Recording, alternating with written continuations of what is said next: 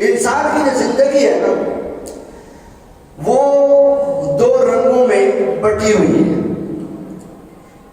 اور ان دو رنگوں میں سے ایک کا نام خوف ہے اور ایک کا نام بے خوفی ہے۔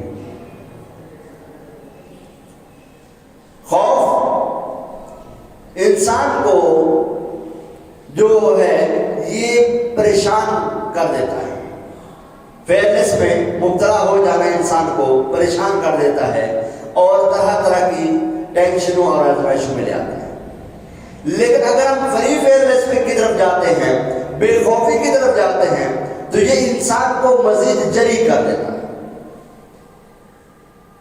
انسان کے اندر مزید تکبر لے کر آ جاتا ہے، مزید اکڑ لے کر آ جاتا ہے، مزید اس کو پھٹنے خواہ بنا دیتا ہے۔ نتیجہ کیا نکلتا ہے؟ نتیجہ یہ نکلتا ہے کہ انسان خرابیوں کی طرف چلا جاتا ہے۔ اب یہ بے خوفی کیوں آتی ہے؟ اس کی چند وجوہات ہوتی ہیں۔ مال و اسباب کی کثرت ہو جانا، مقام و منصب کا مل جانا، جاہ و جلال کا مل جانا، دو چار ہاتھ جھومنے والوں کا مل جانا، بندہ بے خوف ہو گیا۔ کیوں؟ میری تو 4-5 لوگ سنتے ہیں، 10-15 100-50 لوگ میرے ہاتھ ملاتے ہیں، ہاتھ چومتے ہیں، اب تو میں بدمعاش ہوں، اب تو میں بڑا ہوں، اب تو میں جو کہوں گا۔ نہیں، یہ مقصود اگر لایا تو یہی تو بے خوفی ہے، یہی تو بے خوفی ہے جس چیز سے منع کیا گیا۔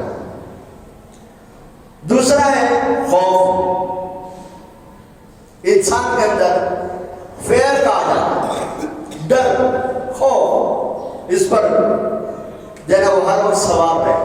اب یہ انسان کسی کام میں نہیں رہتا، کیا ہے؟ سٹریس میں آ جائے گا، انسان اپنے اندر کمزوریاں ہی کمزوریاں پائے گا، ہر وقت اپنے آپ کو کاٹتا رہے گا، ڈپریشن کا شکار ہو جائے گا۔ یہ خوف ہے۔ یہ کیوں آتا ہے؟ مایوسیوں کی وجہ سے، ناکامیوں کی وجہ سے، برائیوں کی وجہ سے، ہر وقت اپنے اندر پائے جانے والی کوئی نہ کوئی خامی پکڑ کے بیٹھے رہنا کہ جناب تیرے اندر یہ خامی ہے، تیرے اندر یہ خامی ہے، یہ تیرے اندر خامی ہے، یہ نہیں کرنا چاہیے تھا، یہ کیوں کیا، یہ کیوں کیا۔ اچھا، ہمارے معاشرے میں ماں باپ بھی ماشاءاللہ بچوں کو خوب خوفزدہ کرتے ہیں۔ اب ماشاءاللہ میں بول گیا ہوں، بنتا نہیں، اور ماشاءاللہ لفظ بولا جاتا ہے تعجب کے لیے، ہر جگہ خوبی بڑھائی چڑھائی کے لیے نہیں بولا جاتا۔ اور آپ کے اندر خوف بھرتے ہیں، یہ نہیں کرنا ہے، یہ کیا ہے، کیوں کیا ہے، یہ نہیں کرنا تھا، یہ کیوں کر دیا، اب کیا ہوگا، اب تیرا باپ آ جائے گا، اب تیری ماں سنائے گی، اب فلاں ہوگا، اب فلاں ہوگا۔ خوف بھرتے ہیں۔ خوف صلاحیتوں کو گرا دیتا ہے۔ انسان اپنے اندر موجود خوبیوں کو تلاش نہیں کر پاتا، اپنے اندر موجود اچھائیوں کا نظارہ نہیں کر پاتا، یوں انسان اپنی جو اس کی منزل ہے اس کو حاصل نہیں کر سکتا۔ تو خوف اچھی چیز ہے بھی نہیں بھی۔ اب خوف ہونا کیا چاہیے؟ بے خوفی کا کیا ہوتا ہے؟ ذرا قرآن پاک پر گفتگو کرتے ہیں۔ رب تعالیٰ نے فرمایا وقالوا، اور بولے۔ اس زمانے کے نبی اکرم صلی اللہ تعالیٰ علیہ وسلم کی حیات ظاہری کا جو زمانہ ہے، اس زمانے کے جو یہودی تھے یہ بولنے لگے دیکھو بھائی بات سیدھی سی ہے، تم خام خواہ اس چکر میں پڑے ہوئے، ضرورت نہیں ہے اس چکر میں پڑنے کی، ہمیں دیکھ لو، یہودی ہو جاؤ یہ ٹھیک ہے،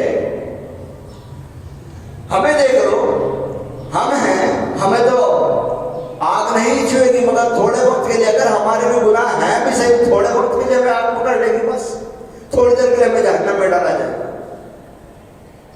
اور فرمایا کہ علماء کرام فرماتے ہیں بنی اسرائیل کا یہ کہنا تھا کہ ہم جو چاہیں کر لیں، چاہے رشوتیں کھائیں، چاہے شریعت کے احکامات بدل دیں، چاہے انبیاء کی گستاخیاں کریں، چاہے ہم کچھ بھی کریں، ہمیں دوزخ کی آگ نہیں چھو سکے گی۔ ہاں یہ کہ بس تھوڑی سی ایسے بس محسوس ہوگی اور ہمیں نکال دیا جائے گا، لہذا کوئی مسئلہ نہیں ہے، سارے کے سارے یہودی ہو جائے۔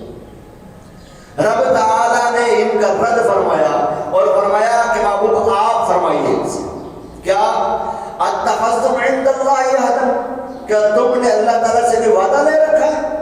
کیا لکھوایا ہوا ہے کہ کوئی تمہارے پاس کوئی اسلام ہے اس چیز کا؟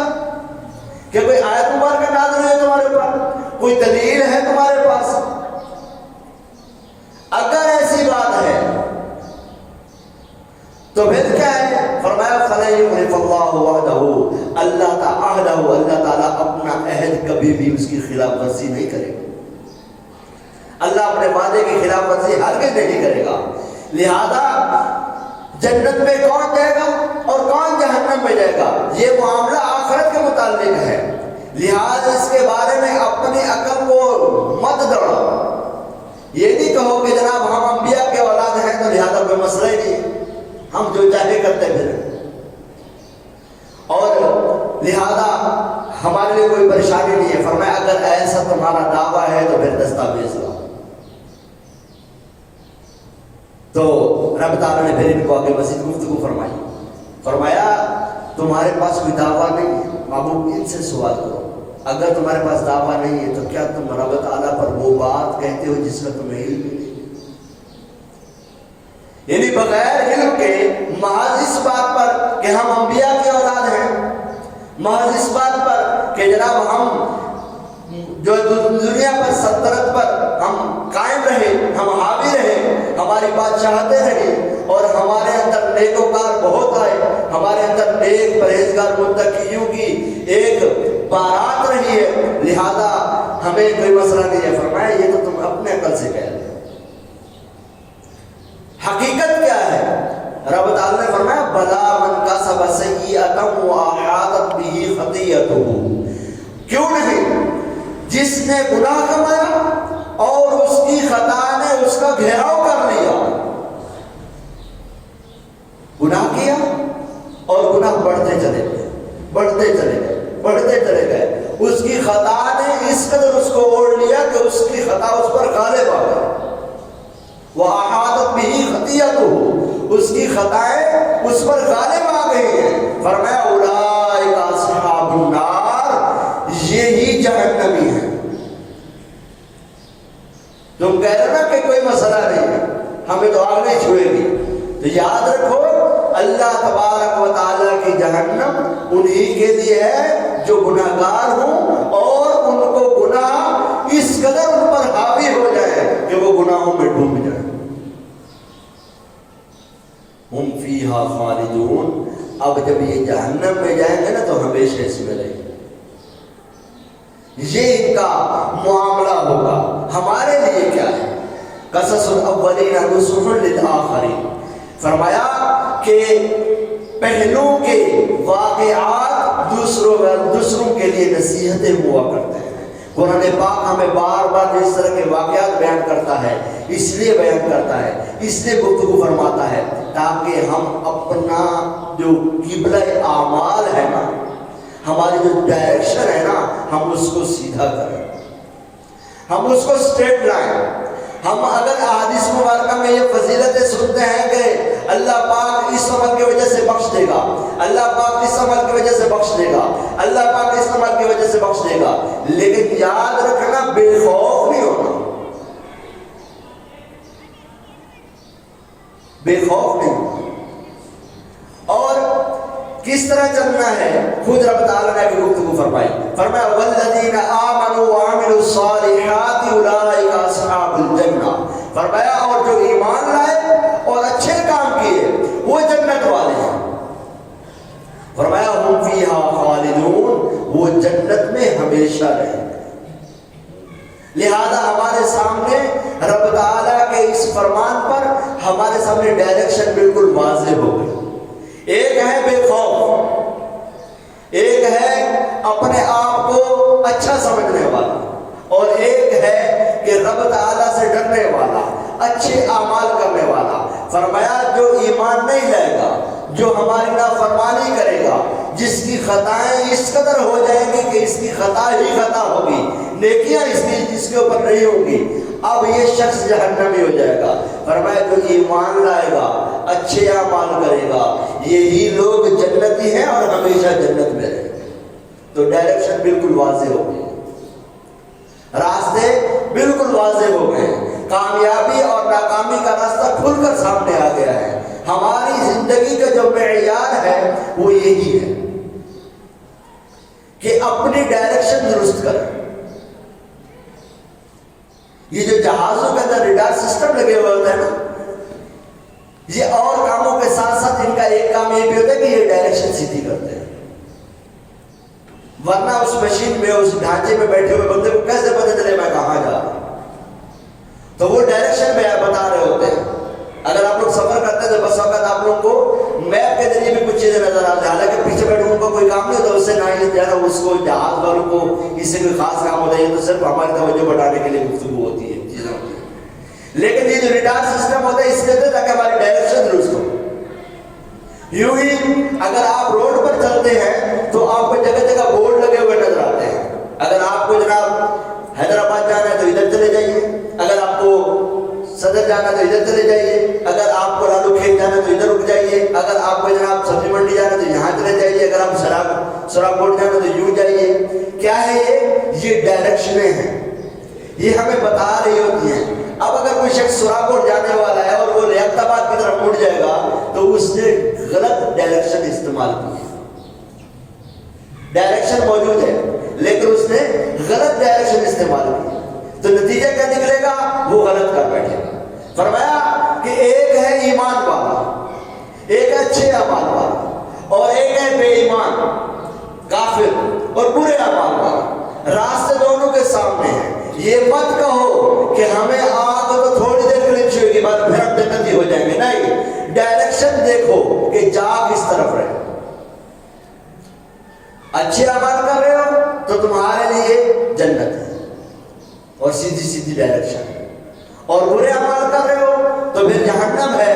اب یہ دعویٰ مت کرو کہ ہمیں تو آگ تھوڑی دیر کے لیے چھوئے گی، ہم تو انبیاء کی اولاد ہیں، ہم تو نیک لوگوں کی اولاد ہیں، ہماری نسلوں میں تو بڑے بڑے بزرگ گزرے، بڑے پرہیزگار گزرے، بڑے اللہ کے برگزیدہ بندے گزرے، لہذا ہمارے سارے کام سیدھے ہو جائیں گے. نہیں، فرمایا نہیں.